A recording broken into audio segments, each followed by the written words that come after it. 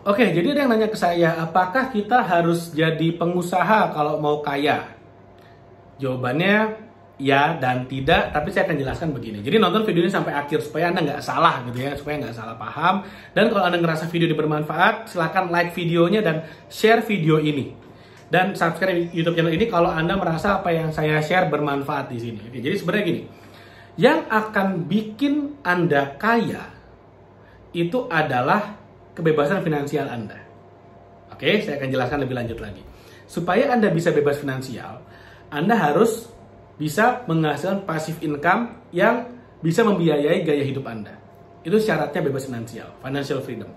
Supaya Anda bisa punya passive income, Anda harus punya aset. Supaya Anda punya aset, Anda harus punya active income. Jadi, Anda sekarang bekerja sebagai seorang karyawan, Anda punya bisnis, Anda punya penghasilan kan dari sana. Itu untuk beli aset, asetnya menghasilkan passive income. Ketika passive income-nya digulung, diakumulasi sampai bisa membiayai gaya hidup ideal Anda, sanalah Anda mencapai financial freedom.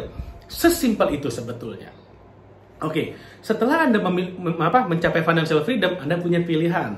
Apa yang mau Anda lakukan dalam hidup Anda, kan seperti itu. Ada orang-orang yang kemudian setelah mereka bebas secara finansial, mereka memilih untuk berguru dengan orang yang super kaya supaya mereka jadi kaya juga. Robert Kiyosaki mengatakan dalam bukunya Rich Dad Poor Dad, dia mengatakan, dia udah financial freedom, lalu kemudian dia berguru dengan satu orang pebisnis yang memiliki tambang emas, yang sudah berpengalaman beberapa kali meng-IPO-kan perusahaan. Dia berguru kepada orang ini, dan dari sana dia jadi kaya raya. Jadi, dia jadi kaya raya karena dia berguru dengan orang yang udah kaya. Dan dia bisa berguru dengan orang yang udah kaya karena dia udah financial freedom sebelumnya. Bayangin kalau dia belum financial freedom, dia masih harus bekerja di kantor dari pagi sampai sore. Lalu kemudian dia ingin berguru dengan seseorang, dia nggak bisa. Karena kalau dia berguru dengan seseorang, waktunya habis, dia nggak bisa kerja, dia dipecat dari kantornya. So, kalau Anda mau kaya, kuncinya adalah Anda harus financial freedom dulu. Untuk jadi financial freedom, Anda nggak harus kaya. Justru sebenarnya Anda harus financial freedom, baru Anda bisa kaya. Banyak orang salah pemikirannya. Banyak orang berpikir, oh saya harus kaya dulu, baru saya bisa investasi, baru saya bisa financial freedom. Sebenarnya salah. Anda dari belum kaya pun, Anda dari uangnya sedikit pun, Anda udah bisa berinvestasi. Hasil investasi inilah yang akan membuat Anda financial freedom. Financial freedom ini membuat Anda punya pilihan. Nah, Anda bisa misalnya memilih untuk membantu orang-orang di Afrika, silakan. Anda memilih untuk membantu teman-teman kita yang masih buta huruf, silakan. Anda mau membantu orang-orang yang masih kelaparan, silakan. Anda mau membantu membangun tempat ibadah, silakan. Atau Anda mau menggunakan opsi hidup Anda adalah untuk berguru dengan orang yang udah kaya sehingga Anda bisa ATM ilmunya, amati, tiru, modifikasi, atau amati, tiru, mentah-mentah ilmunya, ya silakan juga. Anda akan menjadi sangat kaya.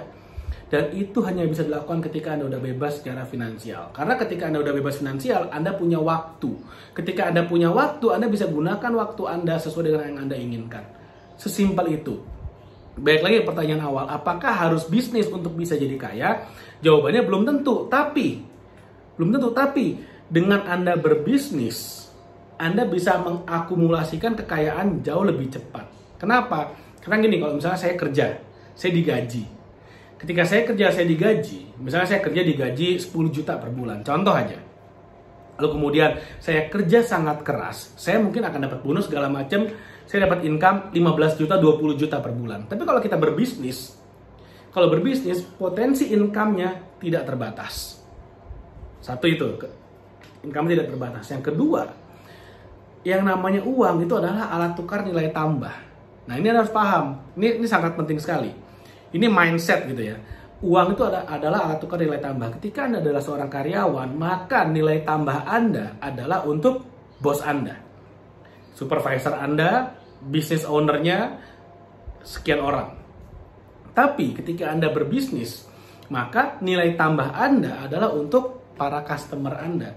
Kalau Anda punya customer 10.000 orang, dibandingkan dengan orang yang punya customer cuma 10 orang, kira-kira mana yang lebih kaya? Yang 10.000 orang pastinya. Tapi kalau Anda sebagai seorang karyawan, customer Anda siapa? Ya bos Anda aja, 1-2 orang. Supervisor Anda, manajer Anda, direktur Anda, selesai. Nah, tapi ketika Anda memiliki sebuah bisnis, Anda jadi owner, customer Anda itu bisa puluhan ribu orang, ratusan ribu orang di sana lah, Anda menjadi sangat kaya.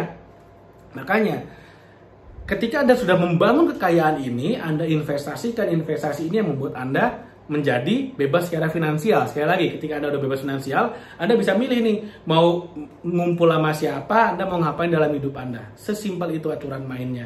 Jadi, apakah Anda harusnya bisnis? Saran saya, kalau Anda sudah nyaman di pekerjaan Anda, silakan lanjutkan. Tapi kalau Anda mau berbisnis untuk mempercepat kekayaan Anda, silakan juga. Tapi semua ada plus minusnya. Ketika Anda berbisnis, Anda udah siap dengan resikonya. Ketika Anda di karyawan juga udah siap dengan resikonya. Masing-masing ada plus minusnya. Dan jalan menuju kekayaan Anda bisa create sendiri. Nggak harus mengambil jalan seperti yang orang lain lakukan. Nggak. Meskipun ada jalan-jalan tertentu yang lebih cepat jalannya. Misalnya apa? Anda punya bisnis. Oke, mudah-mudahan bermanfaat. Jangan lupa like video ini dan share video ini dan subscribe YouTube channel ini. Sampai ketemu lagi di video berikutnya.